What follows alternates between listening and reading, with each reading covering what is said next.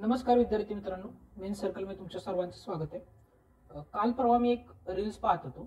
एक प्रसिद्ध हिंदी अभिनेता आहे आणि त्याचे एक इंटरव्ह्यू होता। त्याच्यामध्ये त्याने स्ट्रगल म्हणजे संघर्षाचं एक डेफिनेशन केली होती मस्त, की ज्या व्यक्तीला जे करायला आवडतं ते तू करू शकत नाही आणि जे करायला आवडत नाही ते काम करतोय ते स्ट्रगल आहे। जर तुम्हाला जी गोष्ट आवडते तीच तुम्ही करताय पण ती करून तुम्ही प्रसिद्ध नाही होते, तुमच्याकडे पैसा नाही येत, तर ते स्ट्रगल नाहीये, कारण तुम्हाला तुमचं आवडीचं करण्याचं स्वातंत्र्य मिळालंय। कदाचित हाच विचार मार्क्सने काही वर्षांपूर्वी केला होता, ज्यावेळेस त्यांनी वर्ग संघर्ष ही संकल्पना मांडली, म्हणजेच क्लास स्ट्रगल। क्लास स्ट्रगल पण हे सेमच असंच आहे। जे कामगार आहेत त्यांना खरंच काम करायचे का 11 तास 12 तास 20-20 तास त्यांचं शोषण केलं जातंय, त्यांना अगदी कारखान्यामध्ये झोप घ्यावी लागते, कुटुंबाला बघायला पण भेटत नाहीये आणि जी काही कमाई त्यांना त्यातून मिळते त्याच्यातून फक्त उदरनिर्वाह होतोय। इतकं सगळं केल्यानंतर जे तुम्हाला आयुष्यात करायचं होतं त्या गोष्टी काहीच करता येत नाहीयेत। मग तुम्हाला एखाद्याला चित्र काढायची इच्छा असेल तर तो चित्र नाही काढू शकत, कारण त्याच्यातून तितका पैसा मिळत नाहीये किंवा त्याच्या चित्राला तेवढी किंमत नाहीये। किंवा एखाद्याला दुसरं काहीतरी बनवायचं असेल, घडवायचं असेल तर कारखान्याशी तो स्पर्धा करू शकत नाही त्याच्या उत्पादनाची। या सगळ्यामध्ये युरोप पूर्णपणे होरपळला गेलाय आणि जे कामगार आहेत ते आता एका अशा उच्चांक स्थितीला पोहोचलेत की आता यापेक्षा जास्त तणाव त्रास ते सहन करू शकत नाहीत। जी पहिली पायरी आहे वर्ग संघर्षाची। मुळात मार्क्सने जी डेफिनेशन केली वर्ग संघर्षाची ती काय आहे? वर्ग म्हणजे असा सामाजिक समूह होय की ज्याच्या सदस्यांचे उत्पादनाच्या प्रक्रियेशी समान व शक्तीशी समान संबंध असतात व समान हितसंबंधांबाबत समान जाणीवेचे अस्तित्व असते। आता उत्पादनाच्या प्रक्रियेशी समान संबंध असतात म्हणजे काय असतं? तर जे लोक कामगार आहेत ते काय करतात? कारखान्यामध्ये येऊन काम करतात, म्हणजे ते काय करतात? उत्पादनाच्या प्रक्रियेमध्ये कष्ट करतायत। फॉर एक्झाम्पल उत्पादनाच्या शक्तीशी म्हणजे समानच झाले, यंत्र आणि शक्ती जे आहे त्यांच्यामध्ये ते ऑपरेटिंग करतायत किंवा माल लोडिंग करतायत अनलोडिंग करतायत, जे काय कार्य करत असतात त्याच्यामध्ये ते समान स्वरूपांचं त्यांचे संबंध आहेत तिथे आणि समान हितसंबंध आहेत। म्हणजे जे कामगार आहेत त्यांना एक विशिष्ट वेतन मिळणार आहे। जर सगळ्यांना वेतन मिळालं तर सगळ्यांचं आयुष्य सुखकर राहणार आहे। ज्या कामाच्या तासांची विभागणी आहे ती समान आहे। या सगळ्यांमधून त्यांचे कामगार म्हणून हितसंबंध समान आहेत की त्यांना त्यांच्या कामाचा मोबदला हवाय। भांडवलदार म्हणून काय हवंय? तर नफा हवाय। म्हणजे भांडवलदार एक जो विशिष्ट वर्ग बघितला तर त्याचे हितसंबंध काय आहेत? नफ्याचे हितसंबंध आहेत। कामगारांचे हितसंबंध काय आहेत? उदरनिर्वाहाचे हितसंबंध आहेत। मग या दोघांना याची समान जाणीव आहे, कारण त्याच्यावरच त्यांचं जीवन किंवा अर्थार्जन होणार आहे, म्हणून ते वर्ग म्हणून एक आहेत। मग तो कामगार वर्ग म्हणून एक आहे किंवा भांडवलदार वर्ग म्हणून एक आहे। आणि याच्यामध्ये जो वर्ग संघर्ष आहे तो कसा डेव्हलप होतो यावर मुळात मार्क्स भाष्य करतो। मार्क्सचं म्हणणं काय होतं की जे दोन वर्ग समाजामध्ये अस्तित्वात राहतात, एक आहेरे वर्ग आहे आणि एक नाहिरे वर्ग आहे।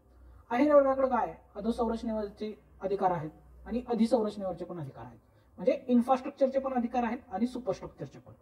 आता हे आपल्या आधीच्या लेक्चरमध्ये पण ह्या दोन संकल्पना मी स्पष्ट केल्या होत्या, पण तरी देखील मी सांगतो। अधोसंरचना म्हणजे आपण आर्थिक किंवा भौतिक आधार म्हणतो, ज्याच्यामध्ये यंत्रसामग्री उत्पादन या सगळ्यांचा समावेश होतो, जे आर्थिक घटकांशी निगडीत आहे। आणि अधिसंरचना म्हणजे काय? तुमचा धर्म, तुमची जाती व्यवस्था, तुमचं संस्कृती, तुमचं शिक्षण, हे सगळं अधिसंरचनेचा भाग आहे। आता मार्क्सचं म्हणणं काय?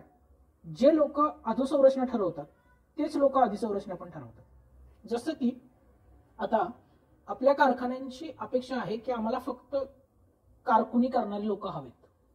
एखाद्या उद्योजक आहे किंवा एखादा भांडवलदार आहे त्याने अशी व्यवस्था निर्माण केली की त्याला फार इंटेलिजंट लोक नको आहेत, त्याला फक्त इकडून पार्ट उचलून तिकडे ठेवणारी लोक पाहिजेत। तर तो काय करणार? जी शिक्षण संस्था आहे जिच्यातून तो नोकर भरती करणार आहे किंवा जिच्यातून त्याला कामगार लागणार आहे त्यांना इंटरव्ह्यू घेताना त्याच गोष्टीच्या आधारावर निवडलं जाणार। म्हणजे अल्टिमेटली त्या शिक्षण संस्थेमध्ये असा प्रचार होणार की जर तुम्हाला ही कामं येत असतील तरच तुम्ही या कंपनीमध्ये जाऊ शकता। मग कालांतराने तिथल्या शिक्षण व्यवस्थेवर तसाच प्रभाव पडतो आणि शिक्षण व्यवस्था तशी होते। सिमिलरली तुमची धर्म व्यवस्था, आता फॉर एक्झाम्पल महाराष्ट्रामध्ये किंवा भारतामध्ये कर्मसिद्धांत एक प्रसिद्ध आहे जो धर्माने बॅक केलेला, म्हणजे धर्माच्या आधारावर त्याला हे केलेलं आहे, त्याला पाठिंबा दिलेला आहे। आता कर्मसिद्धांत काय सांगतो? ब्राह्मण, वैश्य, शूद्र, क्षत्रिय या प्रत्येक गटाचे, वर्ण गटाचे विशिष्ट कर्म आहे आणि ते कर्म केल्याशिवाय मोक्ष नाही. आता ही व्यवस्था निर्माण करणारा जो सर्वाधिक आहेरे वर्ग आहे, म्हणजे ज्याचे अधोसंरचनेवर अधिकार आहेत, तो कर्म डिसाईड करताना, म्हणजे तुमच्या धर्मव्यवस्थेमधला सगळ्यात मूलभूत आधार डिसाईड करताना सर्व चांगल्या गोष्टी स्वतःकडे घेतो आणि ज्या समाज मान्य नाहीत किंवा तेवढ्याशा सामाजिक प्रतिष्ठेचा भाग नाहीत, जसं की स्वच्छता करणे किंवा जे असे व्यवहार जसं की चपला शिवणे किंवा इतर काही जे असतील, चमड्याच्या वस्तूंचा वापर करणे किंवा प्राण्यांचे शव वाहने वगैरे, जे समाजाने अशुद्ध मानलेले व्यवसाय आहेत, त्याच्यामध्ये मग अशा नाहिरे वर्गाला झोकतो की जो स्वतःचा ना अधोसंरचनेवर अधिकार आहे ना अधिसंरचनेवर अधिकार आहे. त्याच्यामुळे ही व्यवस्था निर्माण करणारा जो कुठला वर्ग असेल तर तो आहेरी वर्ग आहे. प्रत्येक देशानुसार बदलतं. भारतामध्ये आल्यानंतर ही व्यवस्था थोडीशी विशिष्ट समूहाधार्जिन राहते किंवा विशिष्ट जाती गटांकडे खूप चांगले अधिकार देते आणि काही जाती गटांना हे अधिकार देत नाही. पण भारताबाहेर मात्र हे वर्ग आधारित व्यवस्थेवर चालतो. तर मार्क्सने ज्यावेळेस कम्युनिस्ट मॅनिफेस्टोमध्ये आपले विचार मांडले वर्ग संघर्षाचे, त्यावेळेस त्याने एकच सांगितलं की मानवी समाजाचा आतापर्यंतचा जो इतिहास आहे ना, तो मुळात वर्ग संघर्षाचाच इतिहास आहे. त्याचं स्वरूप फक्त बदललंय. पूर्वी तो वर्ग वैमनस्याचा भाग होता, आता तो वर्ग संघर्षाचा झालाय. आता वर्ग वैमनस्य म्हणजे काय, म्हणजे ज्याला आपण क्लास अँटागोनिझम म्हणतो.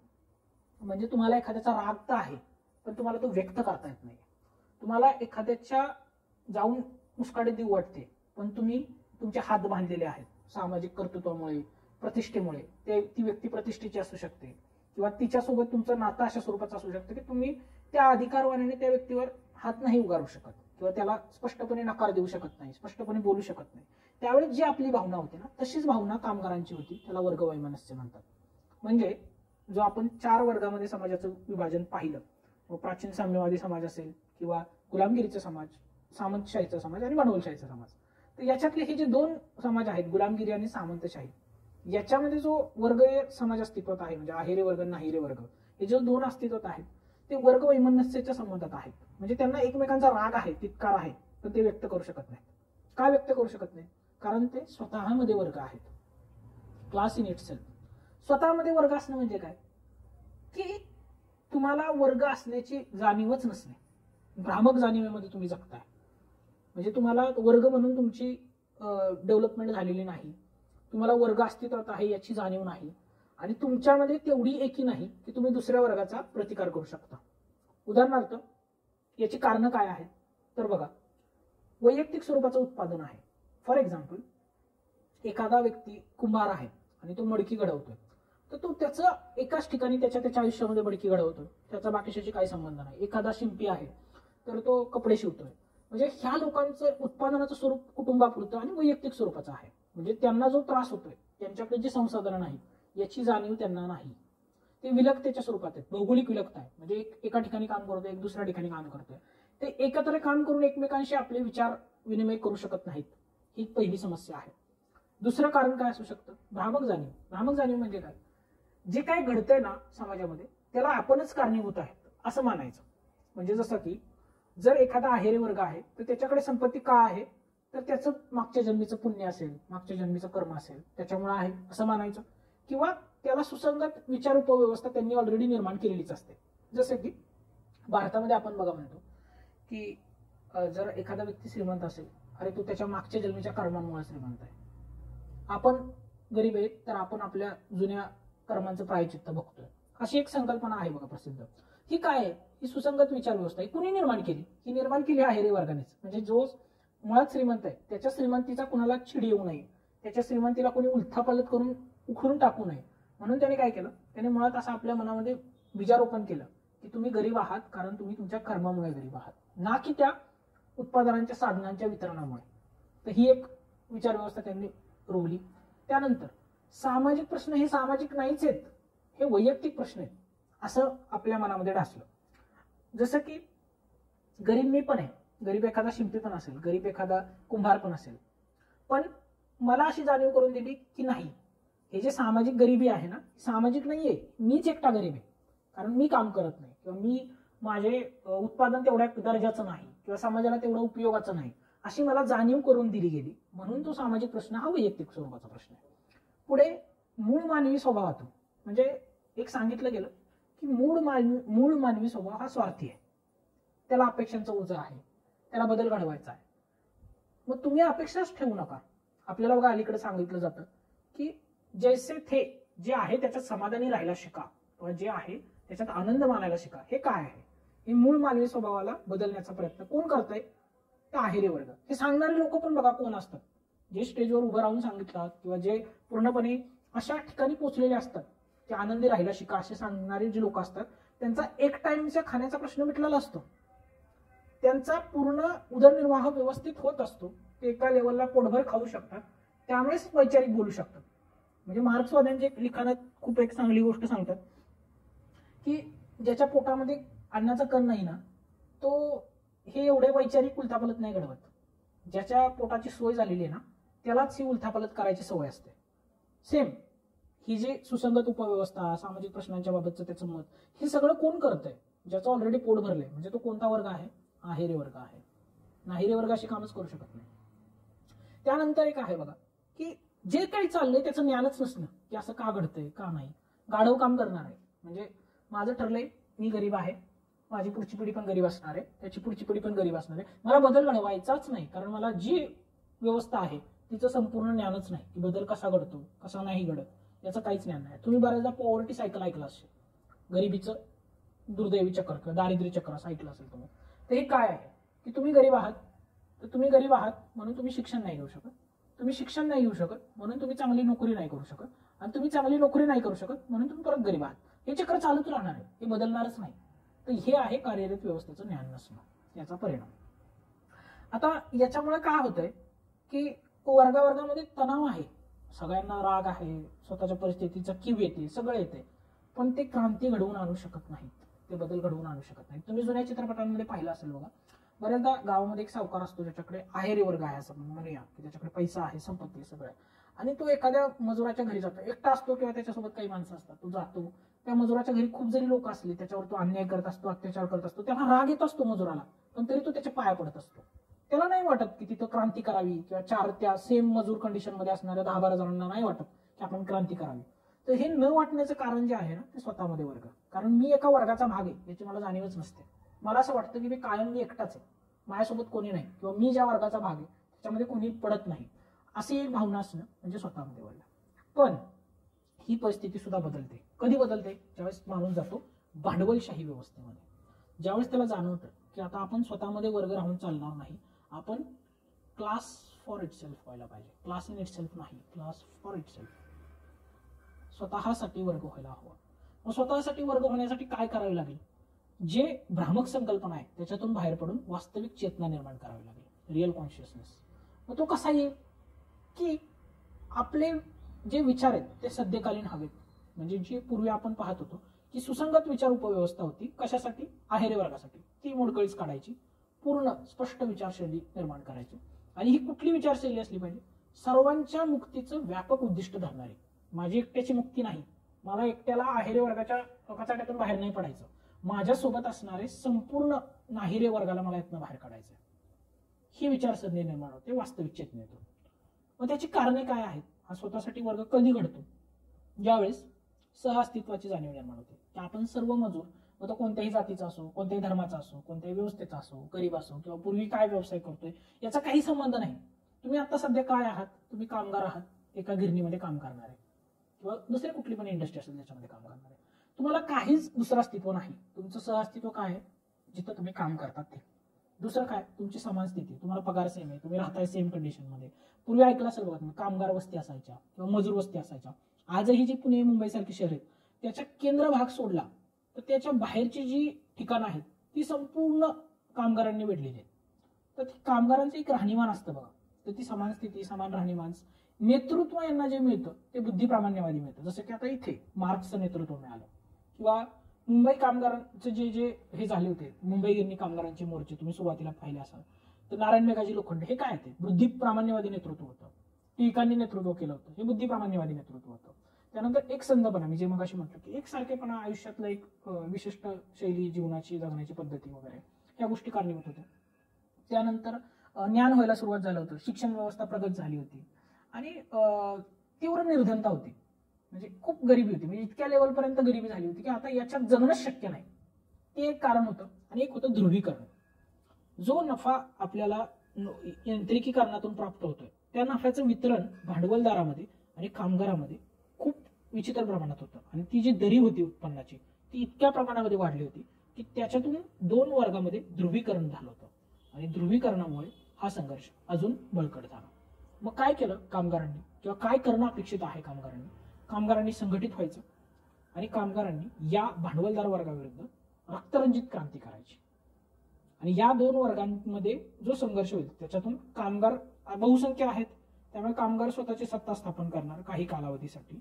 ते भांडवलदारांकडून जी संपत्ती आहे किंवा जी एकंदरीत त्या राजकीय व्यवस्थेमधली संपत्ती आहे, उत्पादनाची साधने आहेत, त्यांचं एकत्रीकरण करणार आणि संपूर्ण समाजामध्ये, संपूर्ण लोकांमध्ये त्याचं समान वितरण करणार. आणि समान वितरण केल्यानंतर त्यांचं जे कार्य आहे, म्हणजे यावेळेस जी भ्रामक जाणीवेला समर्थन करणारी यंत्रणा आहे, मग ती न्याय व्यवस्था असेल किंवा ती राजकीय व्यवस्था असेल किंवा ती धर्म व्यवस्था असेल, या सर्व व्यवस्था नष्ट होणार. कारण हीच लोक समर्थन करतायत ना, कोणतरी भांडवलदार आहे त्याला, कोणतरी राजकारणी आहे त्याला, किंवा कोणतरी आहेर वर्गाचा भाग आहे त्याला. हे वर्गच ठेवायचे नाही, यांचं अस्तित्वच काढून टाकायचं. थोड्या काळासाठी कामगार स्वतःची हुकुमशाही करणार आणि त्या हुकुमशाही समाजाला आपण नाव देतो समाजवाद, सोशलिझम. समाजामध्ये सगळं वितरणाचं काम केलं जातं. आणि त्यानंतर आपण मागच्या लेक्चरमध्ये पण शिकलो होतो की यानंतर समाज जो कामगार सुद्धा स्वतःची जी हे आहे एकाधिकारशाही ती काढून घेणार, त्यांचं संपूर्ण नष्ट होणार सत्ता, आणि सत्ता विरहित समाज निर्माण होणार, वर्गविरहित समाज निर्माण होणार. त्या समाजाचं नाव असणार साम्यवादी समाज. बऱ्याच ठिकाणी तुम्ही ऐकलं असेल की साम्यवादी क्रांती होते. साम्यवादी क्रांती हीच असते जिथे कुठलाही वर्ग नसतो, कुठलाही सत्ता नसते, कुठलीही न्याय व्यवस्था नसते, राजकीय व्यवस्था नसते. तो समाजातला प्रत्येक व्यक्ती उत्पादनाच्या साधनांचा समान वितरण असल्यामुळे त्यांचा लाभ घेतो, स्वतःसाठी उत्पन्न करतो, एकमेकांसाठी उत्पन्न करतो आणि व्यवस्थित जगतो. पण हा एक काल्पनिक समाज आहे, हा पूर्णपणे कुठेही अस्तित्वात झालेला नाही. हे मार्क्सने सांगितलेलं एक भाकीत आहे वर्ग संघर्षाच्या परिणामी होऊ शकणारा समाज, अशी एक ती संकल्पना आहे. आता एवढं सगळं सांगितल्यानंतर मार्क्सवर टीका तर होणारच होती. पहिला गट येतो मार्क्सचा स्वतःचा, नवमार्क्सवादी. तर नवमार्क्सवादींनी काय सांगितलं की यशस्वीची क्रांती आपल्याला घडवून आणायची, याच्यामध्ये काहीच डाऊट की ही यशस्वी क्रांती आर्थिक घटकांवरच होणार आहे, बरोबर आहे. पण आर्थिक घटकांव्यतिरिक्त मानवी पुढाकाराशिवाय ही क्रांतीच होऊ शकत नाही, ही नवमार्क्सवादी म्हणतात. म्हणजे मार्क्सच्या संकल्पनेच्या थोडं पुढे जातात, मार्क्सला थोडंसं काउंटर सुद्धा करतात ते कार्ती. आता नवमार्क्सवादीमध्ये मोठं नाव आहे ग्रामसी. ग्रामसी काय म्हणतात, केवळ आर्थिक सत्यांच्या आधारे तुम्ही जर म्हणत असाल किंवा मार्क्सचा विचार करत असताल तर आत्ताची सत्ता, आत्ताचं नियंत्रण आहे रे वर्गाचं केवळ आर्थिक स्वरूपात होऊ शकत नाही. कारण या आर्थिक सत्ताधारी वर्गाला सामाजिक पाठिंब्याची आवश्यकता असणारच आहे. फॉर एक्झाम्पल तुम्ही भारतात बघा, जे जे मोठे इंडस्ट्रियलिस्ट, उद्योगपती किंवा आहेरी वर्गाचे आपण म्हणूया प्रतीक आहेत, ते सगळेजण काय करतात, सीएसआर फंड देतात. का देतात फंड किंवा देणग्या देतात? का देतात देणग्या? सामाजिक पाठिंब्यासाठी. त्यांचे चॅरिटेबल हॉस्पिटल आहे, धर्मदायी संस्था आहेत, कशासाठी आहेत? सामाजिक पाठिंबा. कारण त्यांच्या अधिसत्तेला कोणीही ठेस पोचवू नये असं त्यांना वाटतं. हे ग्रामसीचं ओपिनियन होतं. एक बऱ्याच अर्थी बरोबर पण आहे आत्ताच्या समाजानुसार. त्यानंतर रॉल्फ डॅरेनडॉर्फ हे खूप मार्क्सला क्रिटिक्स केले बऱ्याच ठिकाणी. ते काय म्हणतात की आत्ताचा काळ मुळात भांडवलवादाचा नाहीच आहे, हा काळ आहे उत्तर भांडवलवादाचा. आणि उत्तर भांडवलवादामध्ये भांडवलदार वर्ग असा मुळात नियंत्रण करतच नाही व्यवस्थेमध्ये. व्यवस्थेमध्ये नियंत्रण असतं व्यवस्थापकीय वर्गाचं, मॅनेजमेंट डिपार्टमेंट. जसं की आता MBAच्या डिग्रीज वगैरे आल्यात, व्यवस्थापकाचं नियंत्रण बघा बँकांमध्ये किती असतं किंवा कारखान्यांमध्ये किंवा वेगवेगळ्या यंत्रणांमध्ये. सीईओ ही जी संकल्पना आहे ही कशामुळे आली? व्यवस्थापकांमुळे आली. सीईओ किती कामं करू शकतो किंवा किती बदल घडू शकतो हे रॉल्फ डॅरेनडॉर्फ सांगतात, रॉल्फ डॅरेनडॉर्फ. आणि एक अजूनही टीका होती, मार्क्स हे एककारणी स्पष्टीकरण देतात, वन कॉज एक्सप्लेनेशन, फक्त आर्थिक आर्थिक आर्थिक. ही तर सर्वसाधारण टीका सर्वीकडेच चालते मार्क्स विरुद्ध. त्यानंतर विविध निषेध जे आपण समाजामध्ये बघतो ते प्रत्येक वेळेस रक्तरंजित असतात का? नाही. व्यवस्था बदलणारे नाही. जसं की आता महाराष्ट्रामध्ये बऱ्याचदा शेतकरी आंदोलन होतं किंवा पंजाबमध्ये झालं होतं शेतकरी आंदोलन. प्रत्येक वेळेस ते रक्तपात करणारच असतं का? नाही. कारण काही वेळा ते गांधींच्या सत्याग्रही स्वरूपाचं असू शकतं.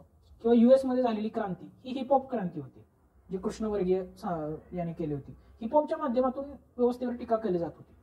तर मग आता सुद्धा बघा ना, स्टँडअप कॉमेडियन्स हे पण एक टीकेचं माध्यम आहे ना, विविध निषेधाचे स्वरूप असू शकतं. मॅक्स वेबरने जे सांगितलं होतं की औद्योगिक पूर्व कालखंड जो आहे ना, तो मुळात वर्गीय स्वरूपाचा नाहीच आहे. तुम्ही जे सांगता आहे रे वर्ग आहे, नाही रे वर्ग आहे, पण मुळात औद्योगिक पूर्व कालखंडामध्ये वर्गीय संरचना अस्तित्वातच नव्हती, असं मॅक्स वेबरचं म्हणणं आहे. मॅक्स वेबरचं म्हणणं आहे की इंडस्ट्रियलायझेशन नंतरच वर्ग आले, आणि वर्ग 2 नाहीच आहेत, वर्ग 3 आहेत, मध्यम वर्ग सुद्धा आहे. मध्यम वर्गावर सर्वात पहिलं व्यवस्थित भाष्य मॅक्स वेबरनेच केलं होतं. त्याच्यामुळे ही सुद्धा एक महत्वाची टीका राहते. एल्विन गोल्डनर हे काय म्हणतात, नोकरशाही व्यवस्था तुम्हाला साम्यवादी वर्गाकडे जाऊच देणार नाही. कारण नोकरशहांचं काय, त्यांना बेनिफिट मिळतोय, त्यांचं शोषण इतकं होत नाही जितकं कामगार वर्गाचं होतोय. त्यामुळे हा वर्ग स्वतःच्या फायद्यासाठी तुम्हाला नोकरशाही ह्याच्यातून भांडवलशाही समाजाकडून साम्यवादी समाजाकडे जाऊच देणार नाही. तर हे एक एल्विन गोल्डनने एक सांगितलेली महत्वाची गोष्ट आहे. त्यानंतर तुम्ही जर पुढे बघाल, काही समर्थनार्थ गोष्टी सुद्धा मार्क्स ह्याच्या कार्ल मार्क्सच्या बाबतीत बोलल्या गेल्या आहेत. जसं की जॉन वेस्टरगार्ड हे काय म्हणतात की ब्रिटनमध्ये आता तुम्ही पहा 2 वर्ग तुम्हाला दिसतील, एक श्रीमंत आणि गरीब. म्हणजे असं तर झालंच नाहीये ना की वर्गीय संरचना अस्तित्वात नाही आहे, वर्गीय संरचना आहे, म्हणजे कुठेतरी मार्क्सचं म्हणणं बरोबर आहे. हे जॉन वेस्टरगार्ड यांचं म्हणणं आहे. त्यानंतर एंजल्सने पण खूप वेळा समर्थन केलं की तुम्ही मार्क्सला फक्त आर्थिक निर्णयवादी स्वरूपात पाहताय ना, तर ते चुकीचं आहे. संपूर्ण इतिहासाच्या प्रक्रियेमध्ये मार्क्स पूर्ण आर्थिक निर्णयवादावर अवलंबून आहे असं तुम्ही समजताय का तुम्ही एकांगी स्वरूपात मार्क्सला पाहताय. मार्क्स हा मुळात ज्यावेळेस एक्सप्लेनेशन देतो त्यावेळेस हे पण लक्षात घ्या की ज्यावेळेस अधिसंरचना इम्पॅक्ट करते, अधोसंरचना इम्पॅक्ट करते अधिसंरचनेवर, त्याच वेळेस अधिसंरचनेतले असे खूप सारे घटक आहेत की अधोसंरचनेला पण इम्पॅक्ट करत असतील. मग ते राजकारण असेल, सांस्कृतिक घटक असेल, धर्मव्यवस्था असेल. त्यामुळे एंजल्सचं म्हणणं सुद्धा एक अर्थी मार्क्सचं बाजू घेणारं ठरतं. त्यानंतर आत्ताचं जे उबरायझेशन झालं, उबरायझेशन ऍक्च्युली एक टर्म वापरली, पण ही कशासाठी आहे, प्लॅटफॉर्म वर्कर्स ज्यांना सोशल सिक्युरिटी नसते, फ्रीलान्सर्स वगैरे, यांच्यासाठी ही उबरायझेशन ही संकल्पना वापरली. म्हणजे यांना सामाजिक सुरक्षितता नाहीये, त्यांना कोणी त्यांचा वालीच नाहीये. तर हे सुद्धा एक वर्गीय संरचनेचाच भाग आहे ना, नाहिरे वर्गाचं प्रतीक आहे. थॉमस पिकेटी काय म्हणतो की आता मुळात सद्य समाजामध्ये भांडवलशाही नंतर किंवा उत्तर भांडवलशाहीमध्ये काय दिसतं, संपत्तीचं केंद्रीकरण झालेलं दिसतं, आणि या संपत्तीच्या केंद्रीकरणामुळे सामाजिक गतिशीलतेला वाव नाही. आता आम्ही जे कष्ट करतोय सरकारी नोकरी प्राप्त करण्यासाठी, याच्यासाठी जितका संघर्ष आपण आत्ता घेतोय, खरंच तो 1950-40च्या आसपास घ्यावा लागत होता का? कदाचित नाही. कारण आपण जर महाराष्ट्राचा जर तुम्ही ऍव्हरेज अटेम्प्ट काउंट पाहाल तर तो 4 ते 5 इयरचा आहे. याच्या आधी ऍव्हरेज, काही जण एका अटेम्प्ट मध्ये पण होतात सिलेक्ट, पण 4 ते 5 अटेम्प्ट शिवाय सिलेक्ट होत नाहीयेत. म्हणजे हा काय दाखवतो की जेवढं संपत्तीचं केंद्रीकरण होत आहे तेवढं तुम्ही सामाजिक गतिशीलता, म्हणजे एका वर्गातून दुसऱ्या वर्गामध्ये जाणं कठीण होत आहे. म्हणजे तुम्ही पूर्वी मध्यम वर्गात होता आणि तुम्हाला श्रीमंत वर्गामध्ये जायचंय तर ते जाणं शक्य नाही, किंवा निम्न मध्यम वर्गामध्ये होता आणि तुम्हाला उच्च मध्यम वर्गामध्ये जायचंय तर ते जाणं शक्य होत नाही. कशामुळे? संपत्तीच्या केंद्रीकरणामुळे. उद्या आत्ता जर एखाद्याने ठरवलं की मला उद्योजक व्हायचं आहे तर त्याच्याकडे भांडवलच नाही, कारण भांडवलचं एकीकरण झालेलं आहे एका ठिकाणी. मग तो कसा त्याचा वर्गीय बदल घडवून आणू शकतो, या सगळ्यावर थॉमस पिकेटी यांनी लिखाण केलंय. त्याच्यामुळे हे सुद्धा एक मार्क्सला पूरक असणारं लिखाण आहे. अशा पद्धतीने मार्क्सचा वर्ग संघर्ष आपण समजून घेतलेला आहे. मी सांगताना बऱ्याच गोष्टी या तुम्हाला समजण्याच्या हिशोबाने स्टोरीच्या स्वरूपात सांगत असतो. तुम्हाला लिखाण करताना मात्र ते व्यवस्थित स्वरूपात करायचे. आणि YCME वगैरे वाचू शकता तुम्ही, त्याच्यामधून मराठी नोट्स मिळतील तुम्हाला. आगलावे नावाचं पुस्तक आहे, त्याच्यातून मिळेल. जे इंग्रजी विद्यार्थी आहेत, अंडरस्टँडिंगसाठी हे लेक्चर बघत असतील तर त्यांना माझं असं म्हणणं आहे की नितीन सांगवान तरी तुम्ही वाचायलाच हवं. तुमचे इतर ठिकाणी जर तुम्ही क्लास लावला असाल तर क्लासच्या नोट्स वाचा, विकास रंजन यांच्या नोट्स वाचा, त्यांच्या क्लासेसच्या कोचिंगच्या. या व्यतिरिक्त तुम्ही माझ्याकडे जर काही काम असेल, म्हणजे जसं की मी पेपर चेकिंगचं वगैरे काम करत असतो, किंवा ऑलरेडी जे कोचिंग झालेलं आहे त्यांना नोट्स मेकिंग आणि विथ इव्हॅल्युएशन याच्यासाठी सहकार्य करत असतो. तर तशा स्वरूपात मला कॉन्टॅक्ट करू शकता. किंवा ज्यांनी नव्याने ऑप्शनल घेतलाय त्यांना जर स्ट्रॅटेजी विषयी बोलायचं असेल तर मला कॉल करू शकता. माझा नंबर डिस्क्रिप्शन बॉक्समध्ये आहे. तर मग भेटूया अशाच एका पुढच्या लेक्चरमध्ये. धन्यवाद.